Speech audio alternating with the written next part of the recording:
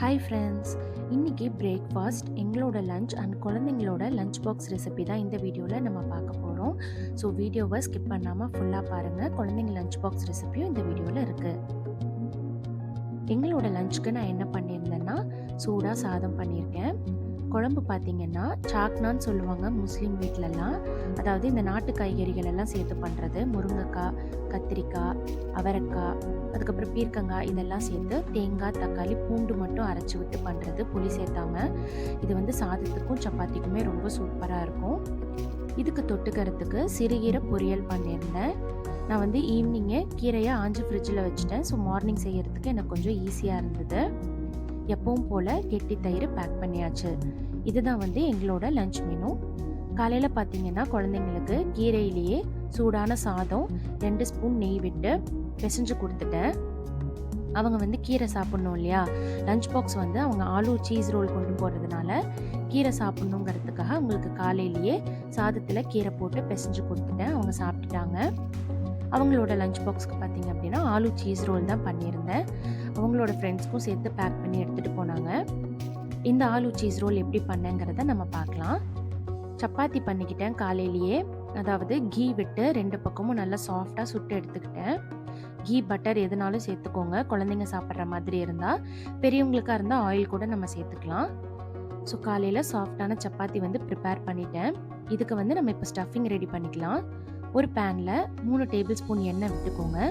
எண்ணெய் நல்லா சூடானதுக்கப்புறமா தாளிப்புக்கு சீரகம் நல்லா பொரிஞ்சதுக்கப்புறமா பொடியாக நறுக்கி வச்சுருக்க பச்சை மிளகாய் ஒன்று மட்டும், அது கூடவே பொடியாக நறுக்கின பெரிய வெங்காயம். இப்போது இதை நல்லா கோல்டன் ப்ரௌன் கலரில் நல்லா ஃப்ரை பண்ணிக்கோங்க. வெங்காயம் நல்லா ஃப்ரை ஆனதுக்கப்புறமா இந்த ஸ்டஃபிங்க்கு தேவையான அளவு உப்பு, 1/2 டீஸ்பூன் கரம் மசாலா, 1/2 டீஸ்பூன் காஷ்மீரி மிளகாத்தூள் சேர்த்துக்கிட்டேன். இப்போ இதோட பச்சை வாசனை போக நல்லா வதக்கி விட்டதுக்கப்புறமா வேக வச்சு மசிச்சு வச்சுருக்க உருளைக்கிழங்க சேர்த்துக்கோங்க. நான் இது கூடவே ஃப்ரோசன் பீஸ் சேர்த்துக்கிட்டேன். கொஞ்சம் நேரம் சுடு தண்ணியில் போட்டு வச்சுருந்தேன். ஸோ சாஃப்டாக இருக்கும்.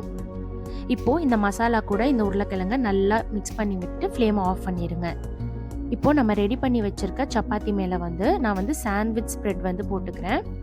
நீங்கள் வேணும்னா மயனீஸும் கெச்சப்பும் சேர்த்து மிக்ஸ் பண்ணி ஸ்ப்ரெட் பண்ணிக்கலாம். இது ஈவனாக ஸ்ப்ரெட் பண்ணதுக்கப்புறமா நம்ம ரெடி பண்ணி வச்சுருக்க ஸ்டஃபிங் நான் வச்சுக்கிறேன். குழந்தைங்க சாப்பிட்றதுனால நான் ஸ்டஃபிங் கொஞ்சம் அதிகமாகவே வைக்கிறேன். உருளைக்கிழங்கு பச்சை பட்டாணி தான் இல்லையா, அதனால் இது மேலே லைட்டாக சாட் மசாலாவை தூவி விட்டுட்டு நறுக்கி வச்சுருக்க வெங்காயம், இது கூடவே சீஸும் சேர்த்துக்கிறேன். நான் மொசரல்லா சீஸ் சேர்த்துருக்கேன். உங்ககிட்ட என்ன சீஸ் இருக்கோ அதை ஃபைனாக சாப் பண்ணியோ இல்லை கிரேட் பண்ணியோ சேர்த்துக்கோங்க. நல்லா மடித்து விட்டுட்டிங்க அப்படின்னா சூப்பரான ஆலூ சீஸ் ரோல் ரெடி ஆயிரும். கண்டிப்பாக குழந்தைங்க இதை மீதம் வைக்காமல் சாப்பிட்டு வந்துடுவாங்க. ரொம்பவே பிடிக்கும். பெரியவங்களோட லஞ்ச் பாக்ஸ் கூட நம்ம இதை ப்ரிப்பேர் பண்ணி எடுத்துகிட்டு போகலாம். ரொம்ப சூப்பராக, ரொம்ப எம்மியாக இருந்தது. நீங்கள் இதை ஃபோல்ட் பண்ணும்போது டூத் பிக் போட்டுக்கோங்க. எனக்கு அந்த ஸ்டஃபிங்லேயே நல்லா பிடிச்சிக்கிச்சு சப்பாத்தி. ஸோ இதுதான் குழந்தைங்களோட லஞ்ச் பாக்ஸ்க்கு ரெடி பண்ணியிருந்தேன். அவங்களோட ஸ்நாக்ஸ்க்கு பொட்டேட்டோ ஃபிங்கர் சிப்ஸ் வச்சாச்சு.